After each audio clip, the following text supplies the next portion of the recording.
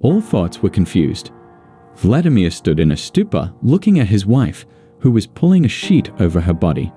The flushed Irina looked at the man with her shameless gaze and asked him not to touch her lover, the Mashida with whom Vladimir had caught his wife. Of course, at first the man was seized with anger, but then he realized that it was not worth wasting his nerves because of an unworthy woman. Pain squeezed his heart, disgust filled every cell of his body. Silently, Vladimir looked at his lover curled up in the corner, who turned out to be quite a young guy. Well, he understood why he looked at the beautiful Irina with the figure of a model, on which Vladimir had spent not a little money. The man did not care how rounded hips and a thin waist his wife, and she always strived for perfection. Vladimir loved his wife, so he did not spare any money for her. At that moment, there was no trace of his feelings for his wife. All the good that he had felt for her had turned into a burning hatred. He did not want to forgive the betrayal, but he did not know how to punish his spouse for what he had done. He didn't want to forgive her, but he couldn't think of a way to punish her husband for what he had done. "I give you 1 hour to pack your things and run away as far away as possible," Vladimir said angrily, "and that I never see either of you again." The man left the room and ordered the guards to make sure that Irina didn't dare take anything unnecessary from the house. Going outside and running into the cleaning lady, Vladimir told her to call the cleaning service and remove everything from the bedroom to the trash, right down to the wallpaper on the walls. After that, the man got into his car and drove wherever he saw fit. Always when Vladimir sat behind the wheel, he took his emotions under control, which helped him not to commit rash acts.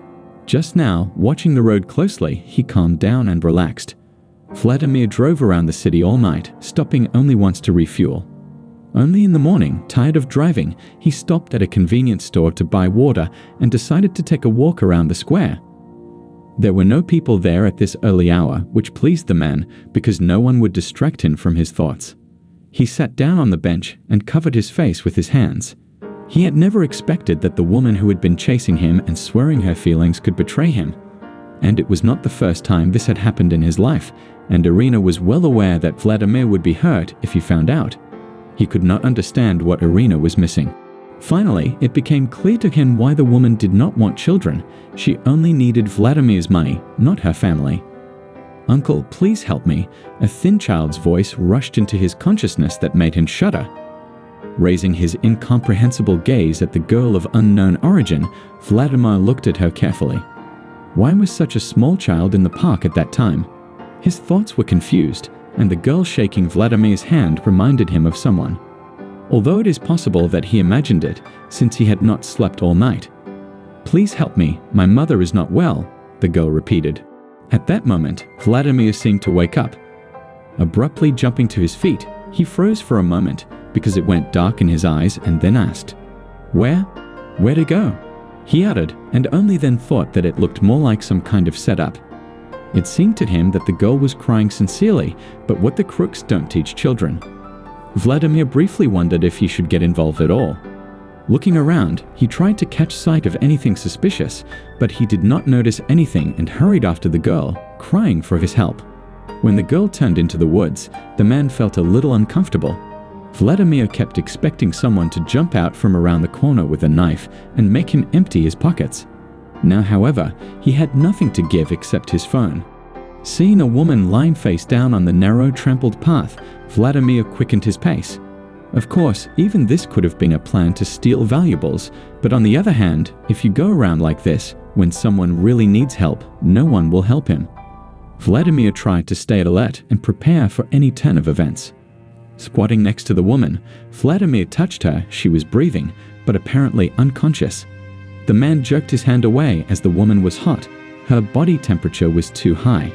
Carefully turning her over onto her back, Vladimir was dumbfounded.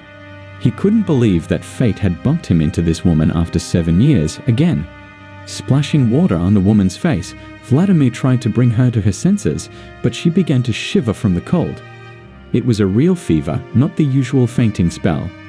After taking off his jacket and covering the victim with it, the man called an ambulance. "Do you have anyone? Daddy, Grandma, Grandpa? We need to call them to come and get you." A shocked Vladimir asked the girl, "I don't have anyone else, just Mommy. Will she be all right?" The girl asked, sniffling her nose. Of course, I hope she'll be okay. The ambulance doctors quickly examined Tatiana and began to put her on a stretcher. They did not even ask Vladimir what he was to the woman, and he did not even have time to say anything.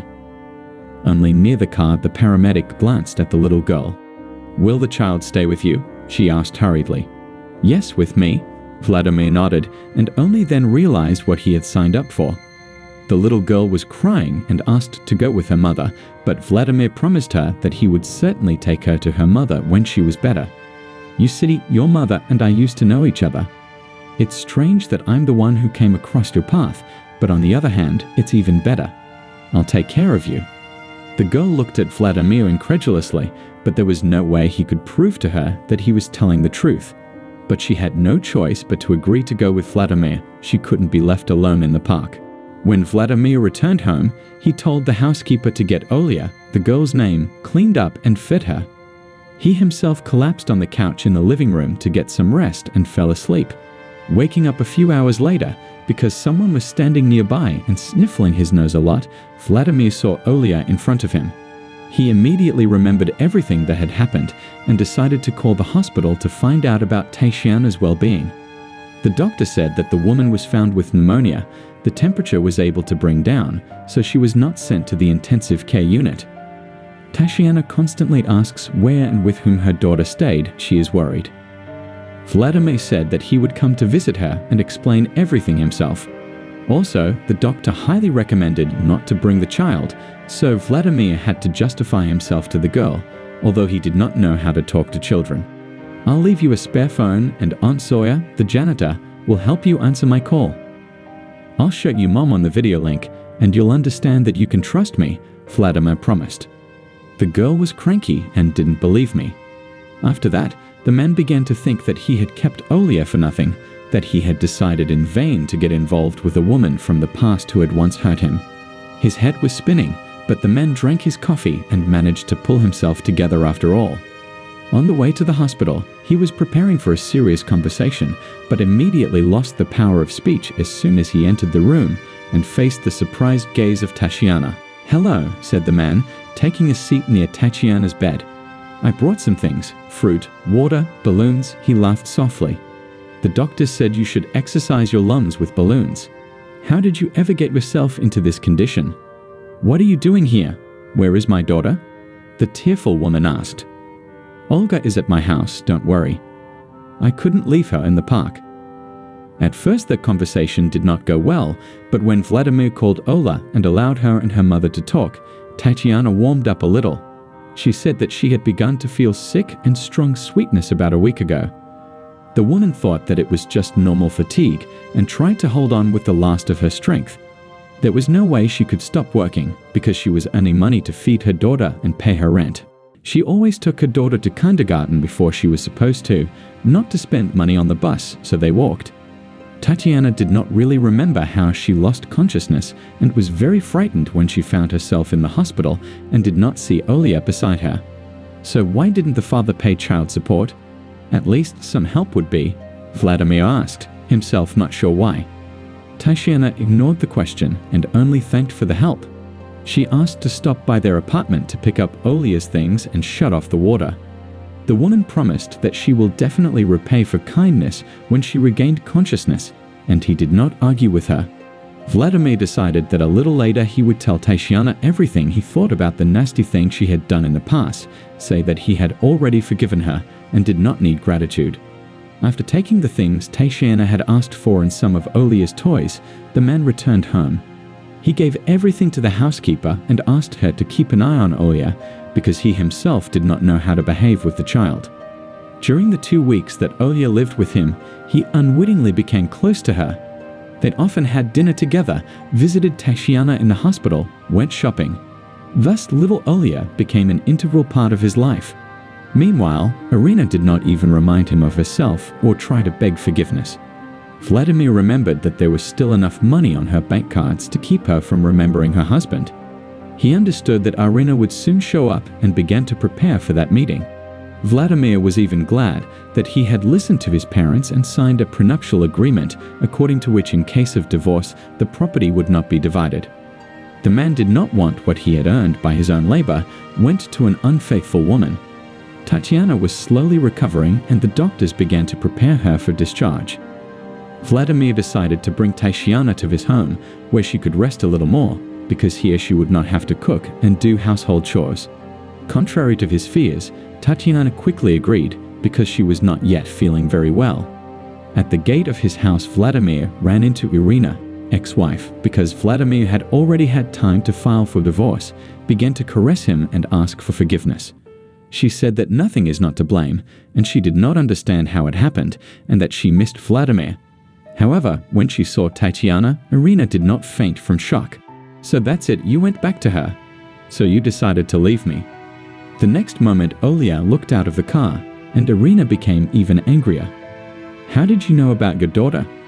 I did everything to ensure that you never crossed." Vladimir instantly pale when he heard Irina's confession. "Quickly tell me what you did," the man grumbled angrily. "Come on," said Irina and wanted to leave, but Vladimir grabbed her by the arm and made her look into his eyes. "If you do not tell, I will destroy your father's company and you will lose your income. You will be forced to work 2 jobs because you are used to a luxurious life." Irina and Vladimir had known each other since childhood. They grew up together as brother and sister since their families were friends. After Tatiana left Vladimir, he decided to follow his father's advice and marry Irina.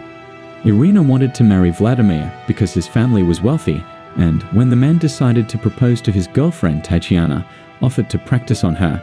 She made a videotape, which she sent to Tatiana. So Tatiana dumped Vladimir and ran away without letting him explain himself. Irina knew the girl was pregnant, so she asked an acquaintance to make fake photos to convince Vladimir that Tatiana was cheating on him. Gradually, Tatiana and Vladimir were able to forgive each other, and Olia was very surprised to learn that Vladimir was her father. 2 years later, they had a son. Irina's father's firm collapsed without Vladimir's funding, so Irina was forced to start earning her own money.